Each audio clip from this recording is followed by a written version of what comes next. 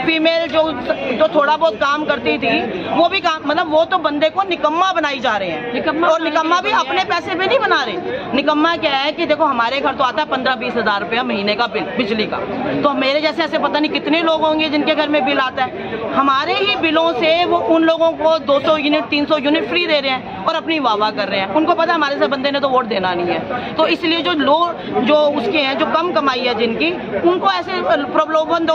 उस प्रलोभन में क्या है कि एक के साथ एक फ्री दे दो, एक तो ये एक के साथ एक फ्री दे दो, ताकि यानी कि वो प्रलोभन में पहले तो उनको बसें फ्री हो जाए, फिर वो प्रलोभन में शराब पी के अपने घर में टल्ली होके सोते रहे, काम धाम कुछ करे ना। यानी अपनी कंट्री को वो क्या बना रहे हैं, निकम्मा। 2024 के क्या बोलेंगे आप?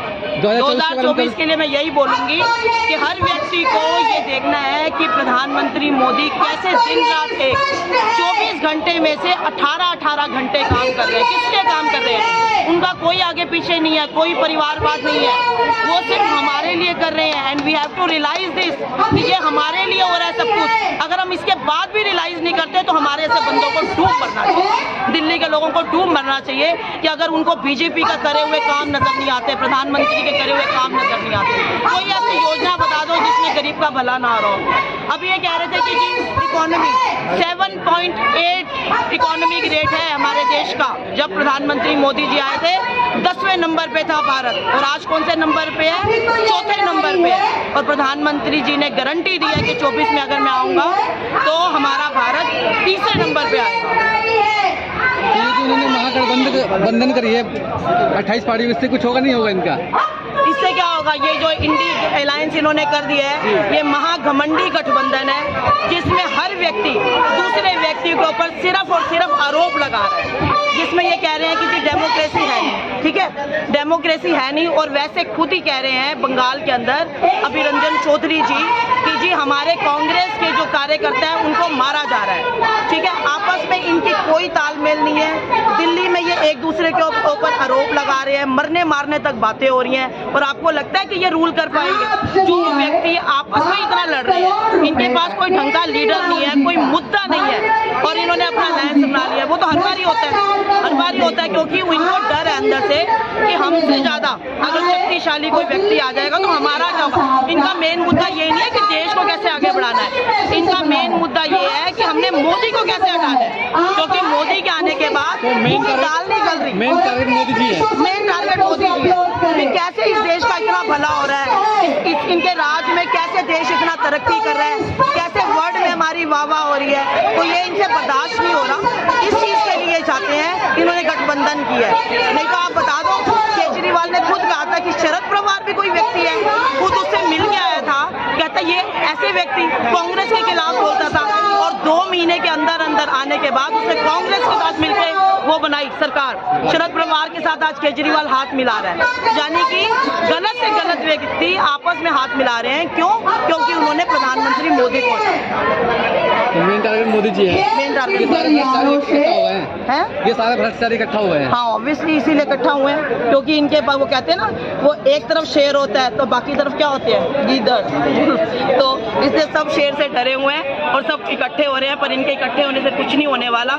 जो शेर है वो शेर ही रहेगा। वो अपनी देखो निष्पक्ष भावना से, उन्होंने क्या बोला, आजकल राहुल गांधी एक शब्द बोल रहे हैं कि जिसकी जितनी संख्या है हमारे देश में उसको उतना हक मिलना चाहिए। ठीक है, तो मोदी जी क्या कह रहे हैं? मोदी जी ये कह रहे हैं कि हमारे देश में जितने गरीब हैं उनको उतना हक मिलना चाहिए। तो कौन हमारे देश के बारे में सोच रहा है? मोदी जी सोच रहे हैं, वो रियल सेंस में सोच रहे हैं कि गरीब कैसे ऊपर उठे। अब आज की डेट में राहुल गांधी ने नया, पहले मोहब्बत की दुकान खोली हुई थी, आजकल अब ये वाला वो शुरू कर दिया है। तो आप ये देखिए ना, वो हमारे देश को, उसके पास कोई मुद्दा नहीं है। यानी कि अल्पसंख्यकों का क्या होगा? फिर अल्पसंख्यकों के बारे में तो मोदी जी सोच रहे हैं ना। तो हमारा सबसे यही रिक्वेस्ट है कि हमारे कहने पे मत जाओ, you keep on seeing actual things. जो एक्चुअल थिंग्स हो रही हैं उनको आप देख रहे हो कि कैसे हो रहा है, उसी के ऊपर अपना दिमाग लगाओ और सोचो कि मोदी जी को वोट देना है कि नहीं, हम कुछ नहीं कह रहे अपना। आपको लगता है कि 2024 में जनता जो है हिंदुस्तान की समझदारी से काम दिखाएगी? हाँ, क्यों नहीं दिखाएगी?